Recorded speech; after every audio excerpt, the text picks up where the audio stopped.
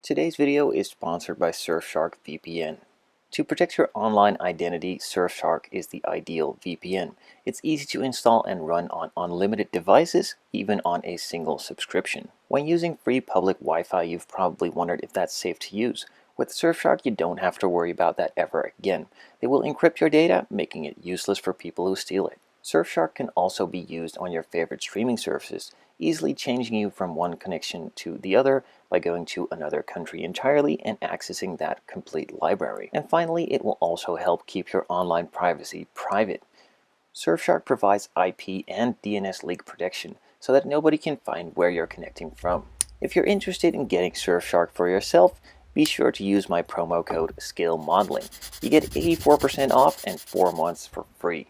I'll leave the link in the description down below and also the top comment. Thanks Surfshark for sponsoring today's video. Now back to work. So when going through the instructions of the R8, I discovered that the rear bumper could be glued on prior to painting, making it a lot easier to match it and fix some mistakes that might have been there already from the kit, which after painting that's probably not possible.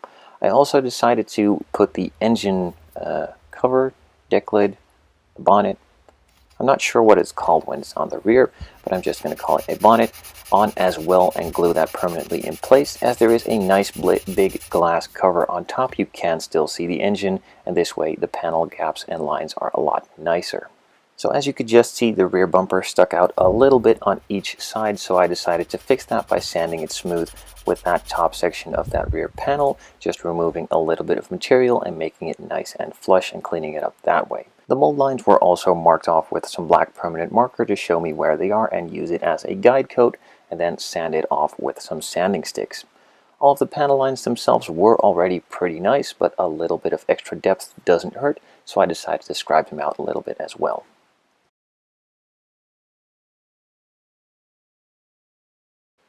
All of the mold lines were initially sanded with those sanding sticks, and that is a bit rough of a grit, about 240 grit. So I sanded those first with a 400 grit and then sanded the rest of the body with a 600 grit in order to prepare it for primer.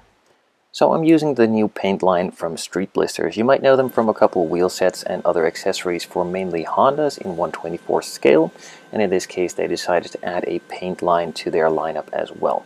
I started off with the primer. Street Blisters paint is pre-thinned, so you don't need any additional thinning. Just shake the bottle really well and then pour it in the airbrush and you're off.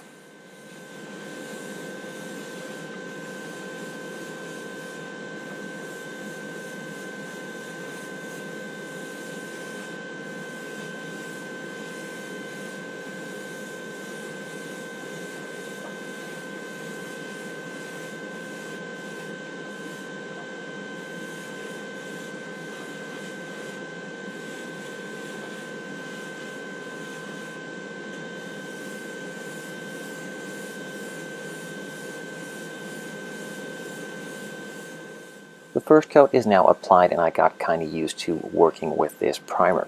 It levels out really nicely, is nice and thin to spray, so I let it sit for about 15 minutes and moved on to the second coat of primer, going a little bit heavier, just trying to get that coverage up there to a final good coverage. After the second coat was applied, the coverage was fully achieved and I let it sit and cure for about an hour before moving on. After about an hour of curing time, the primer has nicely cured, so I could move on to sanding it a little bit. The primer was really smooth straight out of the airbrush, so it didn't really need this, but there were a couple small dust spots that landed in there, and I wanted them to be removed, so I took out some 3000 grit sanding sponges and sanded it smooth before moving on to painting it in some yellow. I decided to go with a Ferrari yellow Giallo Modena. It's a really nice bright yellow, and Street Blisters was kind enough to send that out, so I could start applying it. With those hard to reach and easy to forget spots out of the way, I could move on to a nice light coat on the rest of the body. Now since this is yellow, with most paint manufacturers it doesn't really cover all that well. You need to take it really easy, building it up slowly, layer by layer. Now of course this isn't any different with Street Blisters, though I have noticed that the coverage on this is really nice and it levels out really easily, just as the primer itself, creating a nice smooth finish pretty much instantly.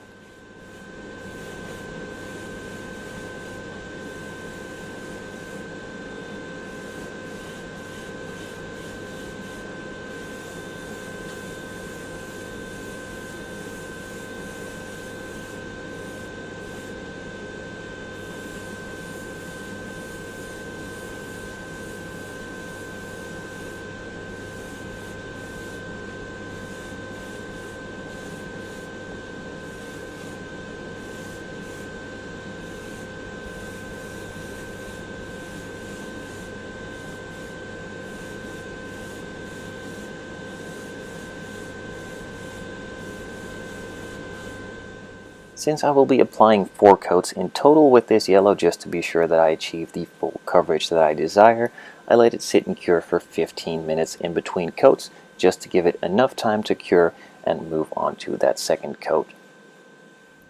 The second coat is on, another 15 minutes of cure time, moving on to the third coat, and after this third coat, another 15 minutes and a fourth and final coat just to be sure that everything is nice and even and covered all over.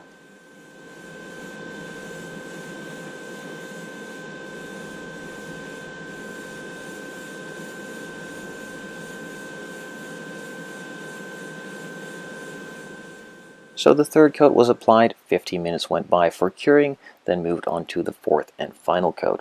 After that fourth coat, I decided to let it sit and cure for about an hour before moving on to the next stage. I decided to add some decals to this one, and specifically carbon fiber, of course. I'm going to go for the full carbon fiber exterior package on this car, meaning the side blades, the diffusers on the rear, and probably some other parts here and there. I made a quick template with some masking tape of these side blades, transferred that to some scale production carbon fiber decal, carefully cut that out and started laying it down. There are multiple tutorials and videos on my channel for decal application and specifically the carbon fiber process. Feel free to check out my channel and those videos, of course. The logos on the rear and on the front were applied too. I then let it cure for another hour, added some extra heat with a hairdryer, and then moved on to the clear coating.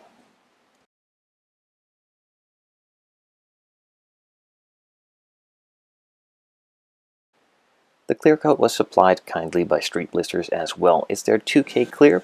If you've used 2K clear from any other manufacturer before, it's pretty much the same process. You mix up the clear according to the specifications on the packaging, just mix up as much as you need, and then you're off to the races.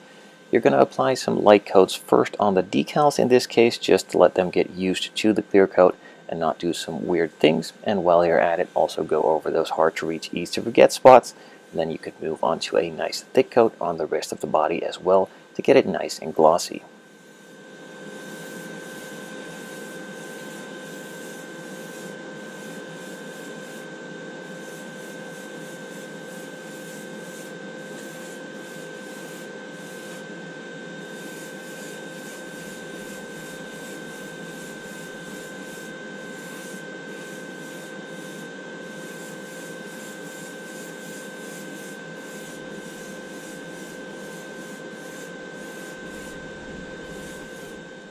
What I noticed during the application of this first coat was pretty much the same as I noticed during the primer and color stage as well. The paint lays down really nicely and flows out to a super smooth finish pretty much instantly after it cures for a little bit, which is a really good thing to have. So after applying that first coat of clear, I let it sit for about 5 minutes to cure, then moved on to applying a second coat of clear, just as heavy as that first one, to get it nice and glossy all over the place and get a full gloss coverage.